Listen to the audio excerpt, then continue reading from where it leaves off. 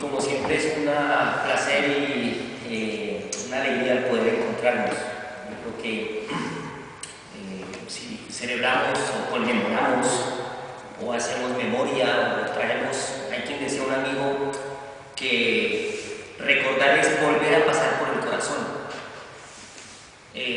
Yo creo que cuando una organización como esta, que ha tenido tantos ires y diretes y tantos dolores y tantas búsquedas y al mismo tiempo tantas pasiones, ¿verdad?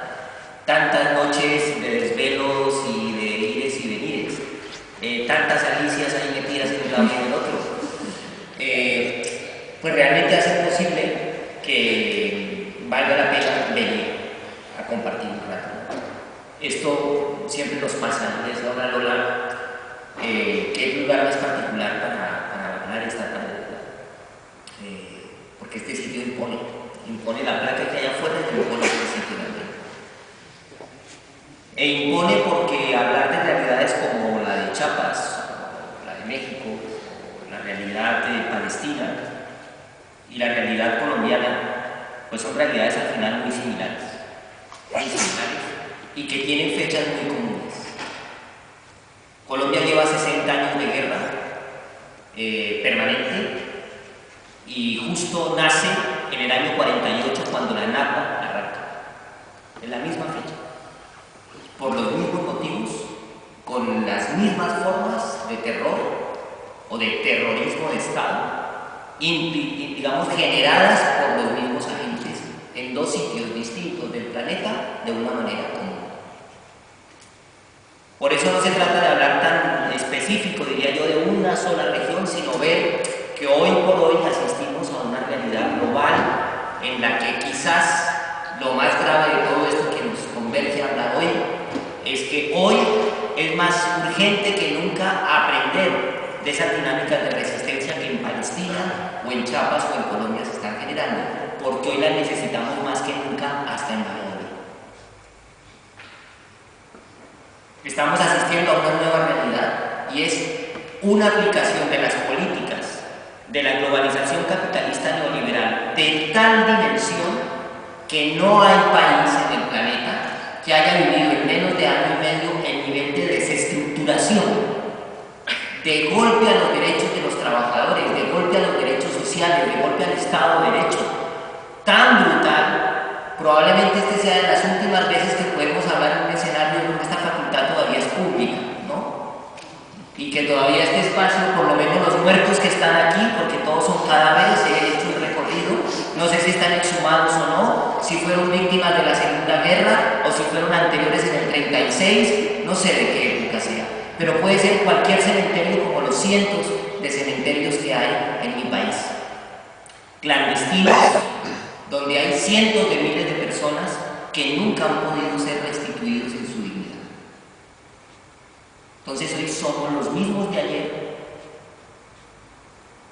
las que seguimos resistiendo hoy y esperemos las que hagamos este planeta vivir a la altura, a la estatura de la dignidad que Ramón o muchísimos de los líderes que en Palestina siguen resistiendo o en mi país.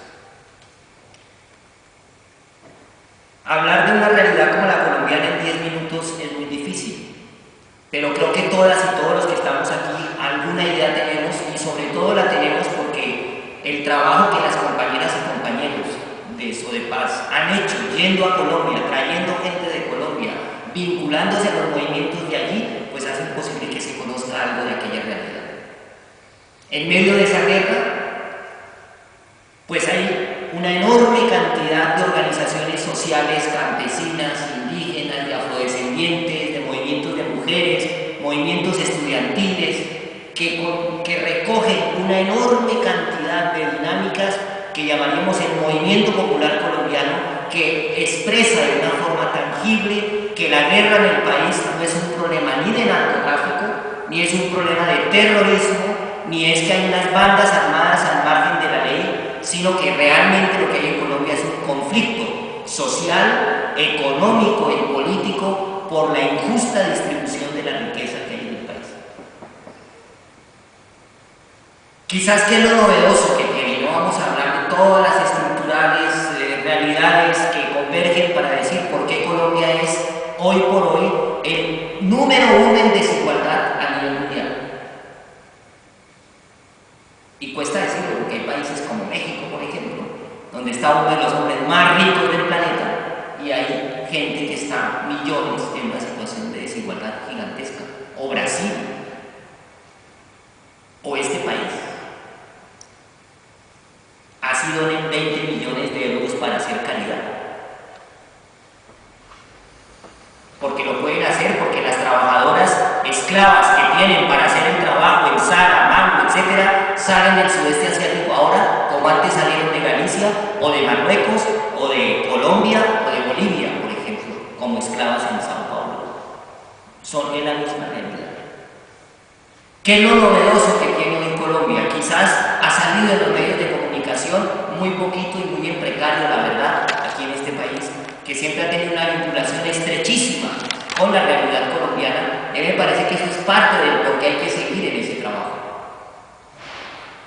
Recordemos que el pacto del conflicto, o el parto del conflicto, podríamos estructurarlo hasta hace 500 años, pero en realidad la realidad moderna genera es un momento en que hubo una oportunidad en Colombia en los años 40 de tener un presidente que interpretara las necesidades del pueblo y se planteaba una alternativa política desde unas ideas de horizonte transformador en el país, para hacer las tres cosas que ese Estado siempre ha necesitado y que ha sido imposible vivirlas. Una reforma agraria. Desde hace 516 años se está reclamando una reforma agraria y nunca se ha cumplido. Y tenemos un país donde el 0,3% de los propietarios posee casi el 60% del territorio nacional. Y no solo la selva. Y ese territorio no es por la tierra en sí misma, es por la riqueza que esa tierra tiene.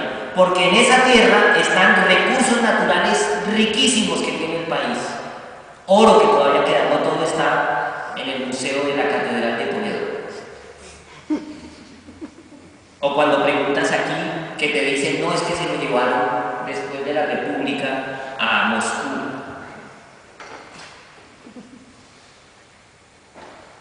Colombia es un país tan inmensamente rico en biodiversidad biológica, en riqueza mineral, etc., que hoy nuevamente se pone al centro como megaproyecto el nuevo gobierno de este señor Santos, que de Santos no tiene nada, porque ha vuelto la historia, ¿no? Hoy es el 13 del 3 del 2013.